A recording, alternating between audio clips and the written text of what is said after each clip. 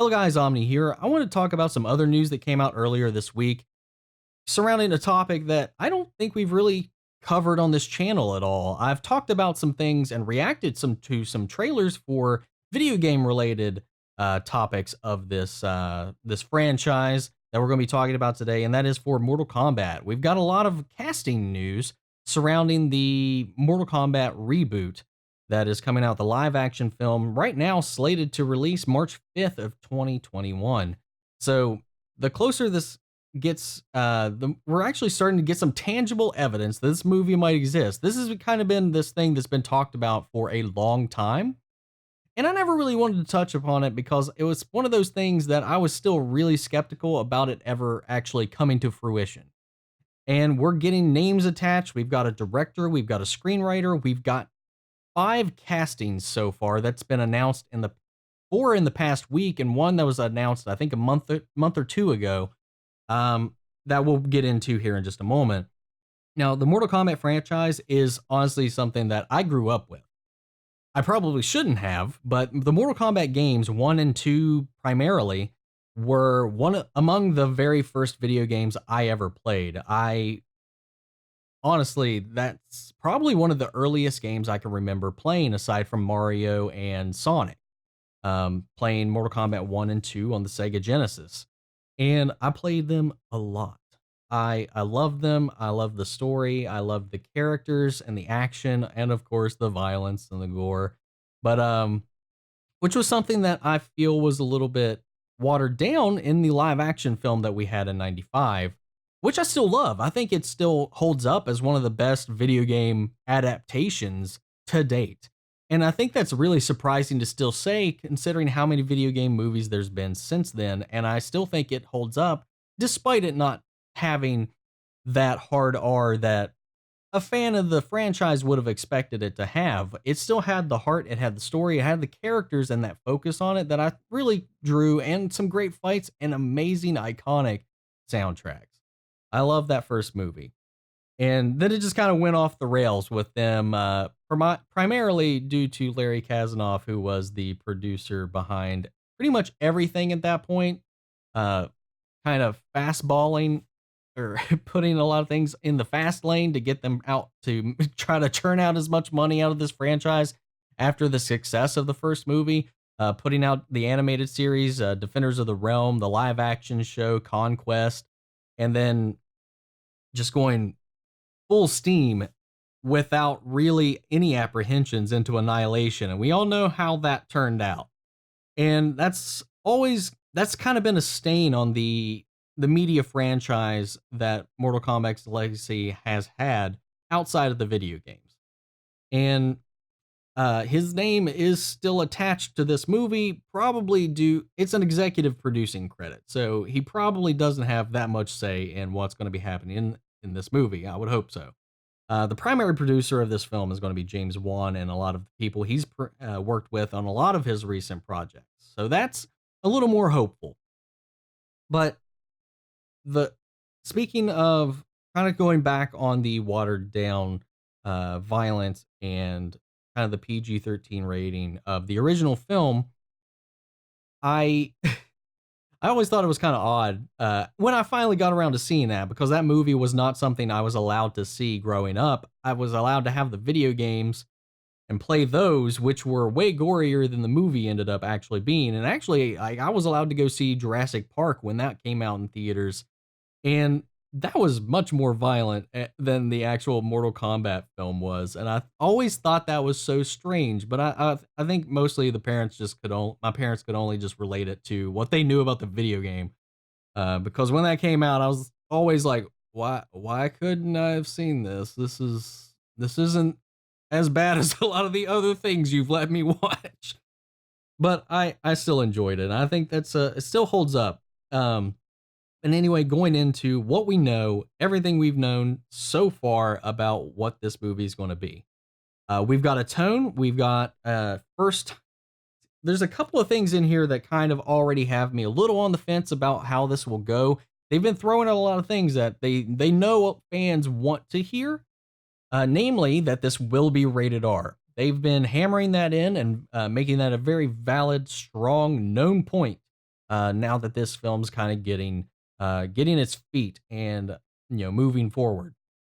And they even went out as far as saying that the movie will include the video game's iconic fatalities. Which ones? Don't know, but the fact that they will be in there and they will be going for that kind of hard R violence that you would expect from Mortal Kombat. Um, Speaking of the direction and the tone, both the writer and director for this film, this is their first theatrical credit. The director right now is Simon McQuoid. This will be his first time directing a feature film, and first time screenwriter Greg Russo, not of the Russo brothers. So, not to get that confused. But there was a statement also by the writer about what kind of tone that he wanted to kind of go for going into this movie. And I'm going to go ahead and read that to you here. It's like, yeah, when asked about the tone of the film or how to approach it, he was like, yeah, I think it's essential that when you're talking about this property, is there a super serious dark version of this? Yeah, I guess. But that's not Mortal Kombat to me. Just look at Kano as an example. He's a great character. He's always cracking jokes. To me, there's needs to be a certain levity and a fun tone. While there is violence and there is fighting and real stakes and emotional stakes for all the people involved, at the end of the day, it should still be fun and have a sense of humor. As much as I hate to throw the direct comparison to Marvel, they're still fun and always cracking jokes, but obviously ours will be a much more adult. And I think that's fine, because that sounds to me in the vein of what the first film was, the first live action movie. The stakes and the weight and the risks were all present, but it allowed itself to have fun when it did. Johnny Cage was great at being a lot of the comedy relief in that movie, and it really ended up working out. I think a lot of that chemistry in that first film was done really well by kind of focusing on these same aspects, except in this version, we should have ramped up adult themes, ramped up violence, and they're getting some very combat experienced people in some of these roles, at least the ones that are going to need it the most. And right now, this is where we're going to go ahead and jump into the casting. So far, the first casting announcement we actually got for this is for Joe Taslim being cast as Sub-Zero, and he's known best for his involvement in The Raid, as well as Fast 6 and Star Trek Beyond. He is a martial artist. He's done a lot of stunt work, so he's perfect fit for the Lin Kuei warrior.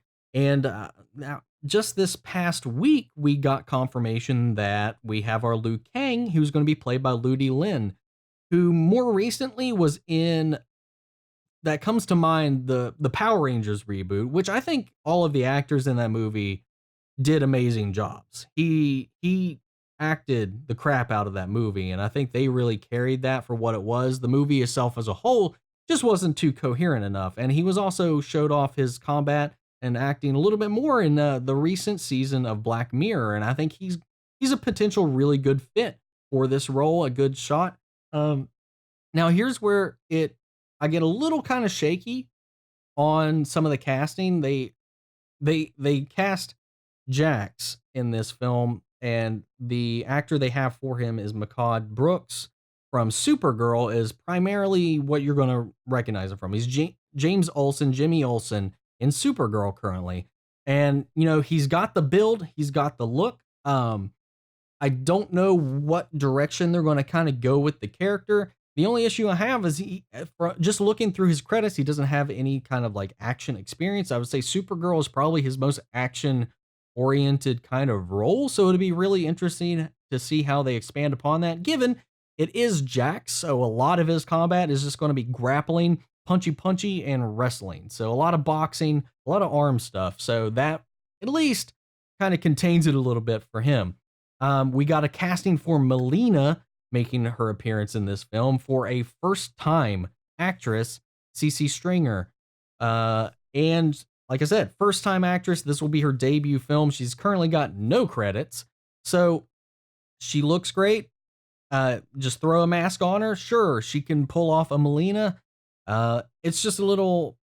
I can't really comment on it because she's got nothing for me to reference. So who knows? That's something to look in for. And that's, like I said, my concerns with the casting are really only between CC and Makad, because of what I know from him and what I don't know from her. So it's going to be really interesting to see kind of how that plays out. And then finally, we have our Raiden cast, and this is where I'm kind of going to throw out a thing that might kind of be a little hard to swallow for some fans. And this hasn't been anything I think has been said. This is just my speculation on it. But we have Tadanobu Osano playing Raiden. Now, in the description and all of the news articles that have been confirming these casting choices, they've made it very apparent that he's playing the Japanese God of Thunder, Raiden. That in mind, as a fan of the series and of the first movie and everything we know about it, it's always been pronounced Raiden, even among the fandom, even though it is spelled Raiden. I am very much. I really believe that we're going to be getting this movie, and it's going to. They will. I guarantee it. They're going to be pronouncing it Raiden.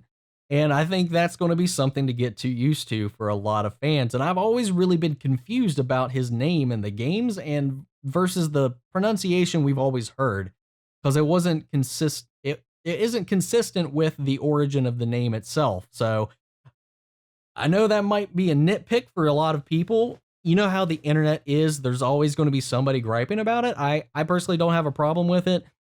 He's most known for his role as part of the Thor's little band of troops, his warriors. He was in the Thor films, and he was also in 47 Ronin. As far as in the West, I think that's probably the closest thing we're going to know him from.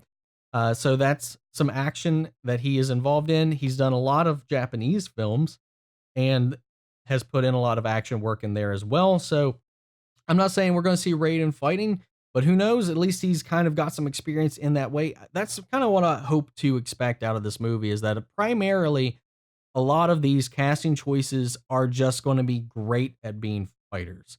I think that's what got to be what comes first, is at least getting people that are competent enough to be able to pull off fight choreography and make this look great. Second to that, the characters, I hope we don't get too many. That's why I'm a little concerned with some of this casting news that we have Jax and Melina involved, which aren't typically casting members that you think of when you think of like the franchise starting off. Given Jax made a very small appearance in the live action film, as just in a small little scene with Sonya early on. So I'm hoping that this kind of like pulling from some of from like 2 and 3 and forward isn't going to hint that we're going to be watering it down with just a bunch of characters and a bunch of cameos. I want the characters they choose to be relevant and important to the story they want to tell. I don't want this to be Annihilation like Larry Kazanoff had wanted it to be, which is pretty much how many people can we shove into this movie? And it became about just the fights and fan service and didn't really have any soul to it. And that was the focus. That's the one thing I'm kind of worried about this. I don't think that'll be the problem if James Wan is producing this. So that's hopeful, at least. I am positive, and I would say I'm hopefully optimistic about where this is going to go from the initial casting, the news, and the tone and the approach so far that has at least been publicly been made about this film. Looking forward to it. So one thing I would really love to see, and this is just personally as a fan of the original movie, I would love to see Hiroyuki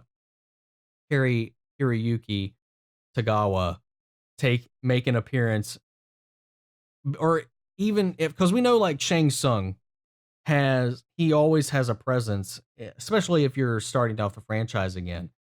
He has his younger form and he has his older form with Tagawa in his current age. I would think he would make a great older Shang Tsung prior to him kind of rejuvenating himself. And I think that would be just kind of like a really fun throwback to have him play Shang Tsung again. That's just a fan service kind of request I would have. And it's kind of funny because like I love him to death. I love his performance in that, and like, your soul is mine. Your brother's soul is just one of the most iconic things and I think of when I think of Mortal Kombat, aside from the theme song, which the movie itself coined. And it's always kind of funny thinking back too, because growing up, I did not realize until way later that he's the grandfather in the Disney Channel movie Johnny Tsunami, and I cannot unsee that surfer bro kind of beach bum character he plays when I see him, and his little yee that he does just every time he shows up in that movie. And it's hilarious. I love it. Anyway, those are all my thoughts and concerns on this movie. I'm going to pass this off to you guys. What do you all think? What are your concerns for the movie? What are your opinions on the casting announcements so far? Let me know down in the comments below. We'll carry on the conversation after the video. If you like this video and you'd like to see more, make sure to support the channel by liking, commenting, and subscribing. If you didn't like it or you disagree with me, let me know in the comments what you think, and I'll catch you guys in the next video. Take care, everybody.